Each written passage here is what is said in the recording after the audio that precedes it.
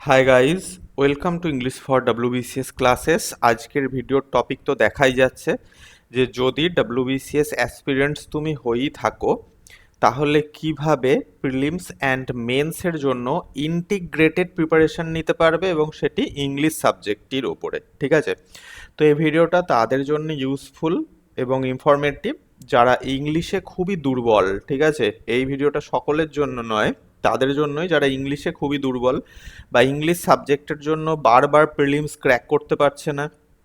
ঠিক আছে, তাদের জন্য আমি ভিডিওটি ডিসকাস করব।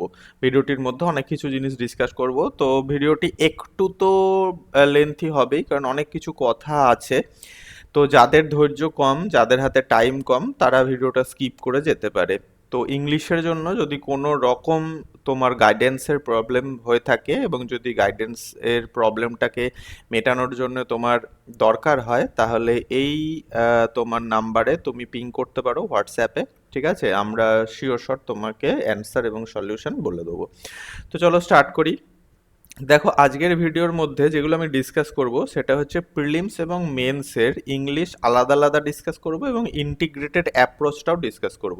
এবার তুমি বলবে আলাদা আলাদা করাই তো ভালো, আগে প্রিলিমস ক্র্যাক করে নিই, পাস করে নিই, তারপর মেন্সের জন্য করব। কিন্তু দেখো ভাই, টাইম পাবে না। ঠিক আছে, কারণ মেন্সের প্রিপারেশন অন্যরকম, প্রিলিমসের প্রিপারেশন অন্যরকম, আর দুটোর ইন্টিগ্রেটেড অ্যাপ্রোচ একটু স্মার্ট অ্যাপ্রোচ। ঠিক আছে, তুমি প্রিলিমস আগে ক্র্যাক করলে তারপর মেন্সের জন্য প্রিপারেশন স্টার্ট করলে এটা হার্ড ওয়ার্ক, কিন্তু হার্ড ওয়ার্ক দিয়ে এখন কিছু হওয়ার নয়, স্মার্ট ওয়ার্ক করতে হবে, আর সেটি হচ্ছে ইন্টিগ্রেটেড অ্যাপ্রোচ আমি এখানে ডিসকাস করব।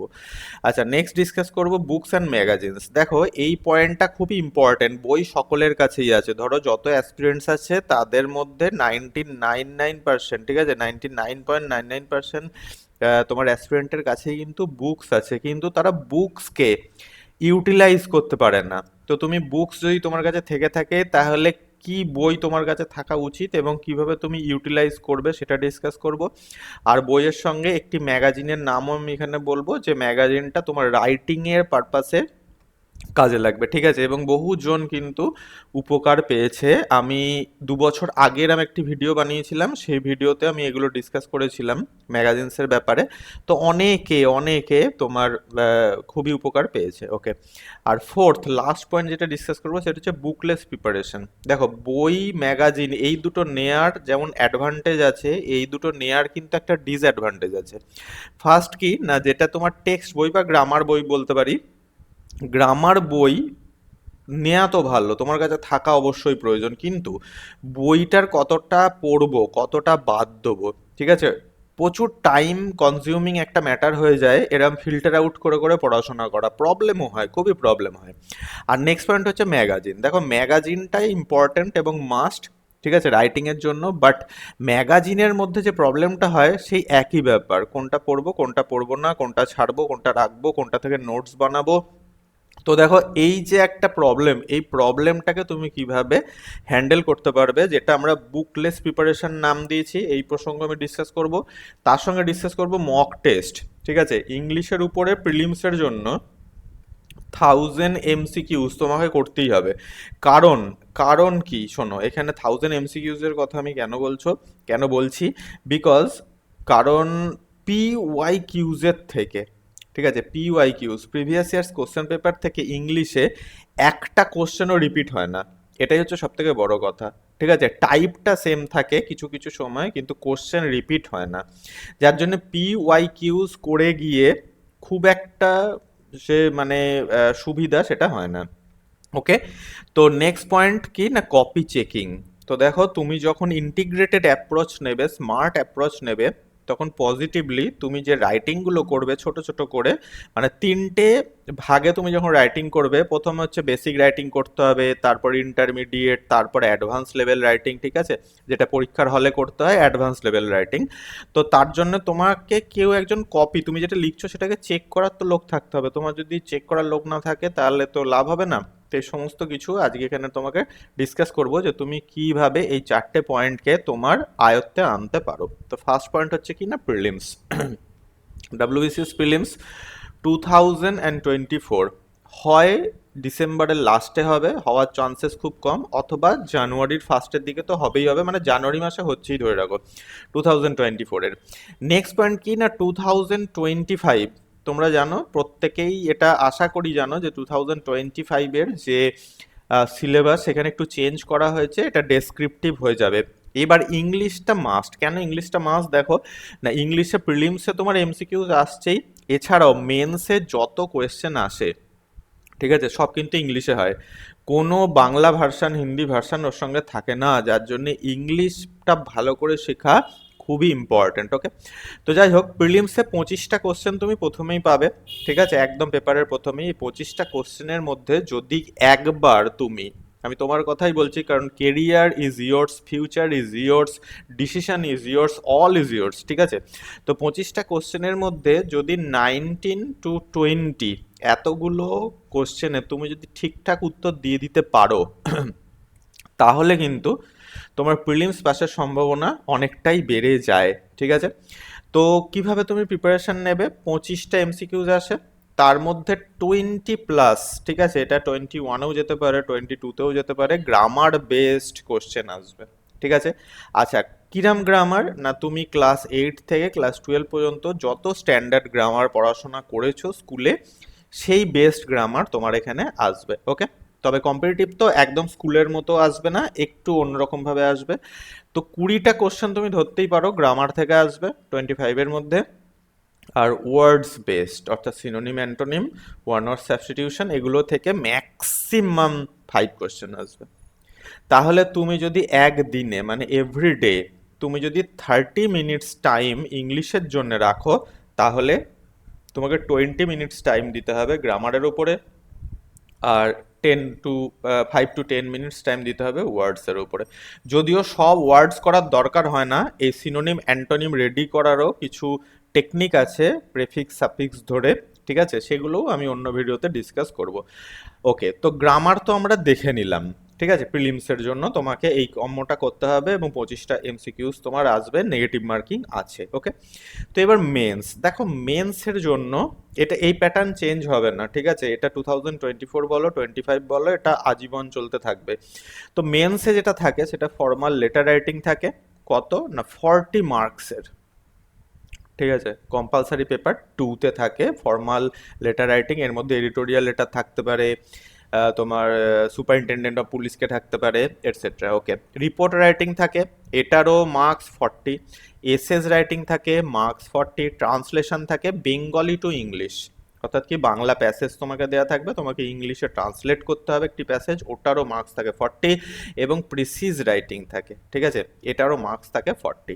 এবার তোমরা সকলেই জানো যে কম্পালসারি যে বেঙ্গলি পেপারটা আসে সেখানেও একটা তোমার ট্রান্সলেট থাকে ইংলিশ টু বেঙ্গলি, অর্থাৎ ইংলিশ প্যাসেজ দেওয়া থাকে, তোমাকে বেঙ্গলিতে ট্রান্সলেট করতে হয়। তাহলে ইংলিশের যে মানে ভিত্তি বা গ্রিপ, সেটা তোমার কতটা শক্ত হতে হবে, তোমার হাতে যদি না থাকে তাহলে তোমার পক্ষে এগুলো খুবই টাফ ব্যাপার হয়ে যাবে প্রিলিমস পাসের পর। আর প্রিলিমসের রেজাল্ট বেরোনোর মোটামুটি 4 মাসের মধ্যে কিন্তু মেন্স ফেলে দেয়, ঠিক আছে, মেন্সের ডেট চলে আসে, কখনো কখনো তো 3 সপ্তাহের মধ্যে 21 দিনের মধ্যেই তো প্রিলিমসের ডেট চলে আসে, যার জন্য এটা খুবই ইম্পর্টেন্ট ব্যাপার যে ইন্টিগ্রেটেড প্রিপারেশন দরকার, তাই না। ওকে, তো চলো এবার দেখি যে তুমি ইন্টিগ্রেটেড প্রিপারেশন কি করে নেবে, ঠিক আছে। তো এই যে আমাদের স্লাইড, খুব ইম্পর্টেন্ট পয়েন্ট এবার আমি ডিসকাস করছি, কিন্তু তার আগে তোমাকে একটা কথা বলে রাখি, সেটা হচ্ছে দেখো, যে প্রিলিমস আর মেন্সের তুমি যখন ইন্টিগ্রেটেড অ্যাপ্রোচ নেবে, তার আগে তোমাকে প্রিলিমসের মোটামুটি 26, ঠিক আছে, চ্যাপ্টার্স তোমাকে পড়তে হবে বা শিখতে হবে।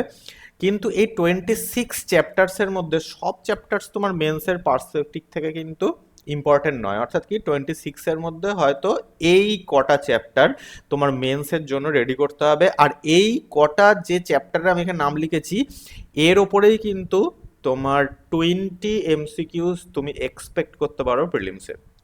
তাহলে কটা আছে, 1, 2, 3, 4, 5, 6, 7টা, এই 7টা চ্যাপ্টার গ্রামারে তোমাকে খুব ভালো করে করতে হবে। এবার সেটা তুমি একা করো, কোনো টিচারের কাছে গিয়ে করো, বা আমাদের সঙ্গে কন্ট্যাক্ট করো, এটা আপ টু ইউ, তোমার যেটা ঠিক লাগবে সেটা তুমি করবে। ওকে, তো দেখো ফার্স্ট যেটা সেটা হচ্ছে প্রিলিমসের টেন্স অ্যান্ড মুড, ঠিক আছে। তো তো প্রথম চ্যাপ্টার তোমাকে এটা করতে হবে, সেটা কি না টেন্স অ্যান্ড মুড। তো টেন্স অ্যান্ড মুড তোমার প্রিলিমসে মোটামুটি তুমি 3 এমসিকিউজ এক্সপেক্ট করতে পারো, 3টে এমসিকিউজ তুমি এক্সপেক্ট করতে পারো প্রিলিমসে, কারণ ডাইরেক্টলি ইনডাইরেক্টলি কিন্তু কোশ্চেন আসবে। এবং মেন্সে কোথায় কাজে লাগবে না, টেন্স অ্যান্ড মুড শিখতে শিখতে অবশ্যই ট্রান্সলেশন করতে হয়, ঠিক আছে, বেঙ্গলি প্যাসেজ নিতে হয় এবং সেগুলোকে ইংলিশে ট্রান্সলেট করতে হয়, তবে প্রিলিমস আর মেন্স দুটোরই ইন্টিগ্রেটেড প্রিপারেশন হয়, বোঝা গেল। আর ট্রান্সলেশনে তোমার 40 মার্কস থাকছে, ঠিক আছে, ট্রান্সলেশনে 40 মার্কস থাকছে কোথায় না ইংলিশ কম্পালসারিতে, আবার এই ট্রান্সলেশনেই কিন্তু বেঙ্গলিতেও থাকছে, বেঙ্গলি পেপারে সেখানেও 40 মার্কস থাকে। তাহলে টেন্স অ্যান্ড মুড, টেন্স শেখার সাথে সাথে মুড শেখাটা কিন্তু খুবই ইম্পর্ট্যান্ট, এবং শুধু শিখলেই হবে না, কারণ বই যাদের কাছে আছে সবাই শিখছে, তোমাকে তার ইউটিলাইজ জানতে হবে, সেগুলোকে কোথায় তুমি অ্যাপ্লাই করবে সেটা জানতে হবে, কোন কেসে অ্যাপ্লাই করা হয়, ঠিক আছে, কেস কোন কেসে অ্যাপ্লাই করা হয় সেটাও তোমাকে জানতে হবে। নেক্সট পয়েন্ট হচ্ছে সিকোয়েন্স অফ টেন্স। এই সিকোয়েন্স অফ টেন্স হচ্ছে টেন্সেরই, এই যে টেন্স অ্যান্ড মুড, ঠিক আছে, টেন্স অ্যান্ড মুড এটারই একটা advance level sequence of tense. তো সিকোয়েন্স অফ টেন্স তোমার কোথায় কাজে লাগবে, ট্রান্সলেশনে লাগবে। আর বিসিএস অর্থাৎ WBCS বা ইউপিএসসির তোমার মেন্সে যে ধরনের ট্রান্সলেশন প্যাসেজ আসে, tense mood sequence of tense, এই তিনটের উপরেই তোমাকে মোটামুটি ভালো রকম গ্রিপ রাখতে হবে, ঠিক আছে। সো ট্রান্সলেশনে কাজে লাগবে, লেটার রাইটিংয়ে কাজে লাগবে, স্পেশালি যদি লেটার রাইটিংটা কোনো ফর্মাল লেটার হয়, মানে এডিটোরিয়াল লেটার হতে পারে, বা তোমার কোনো ধরো পৌরসভা মানে মিউনিসিপ্যালিটির চেয়ারম্যানকে হতে পারে, এসপিকে হতে পারে, তো খুবই কাজে লাগবে। এসএস রাইটিংয়ে তো লাগবেই লাগবে।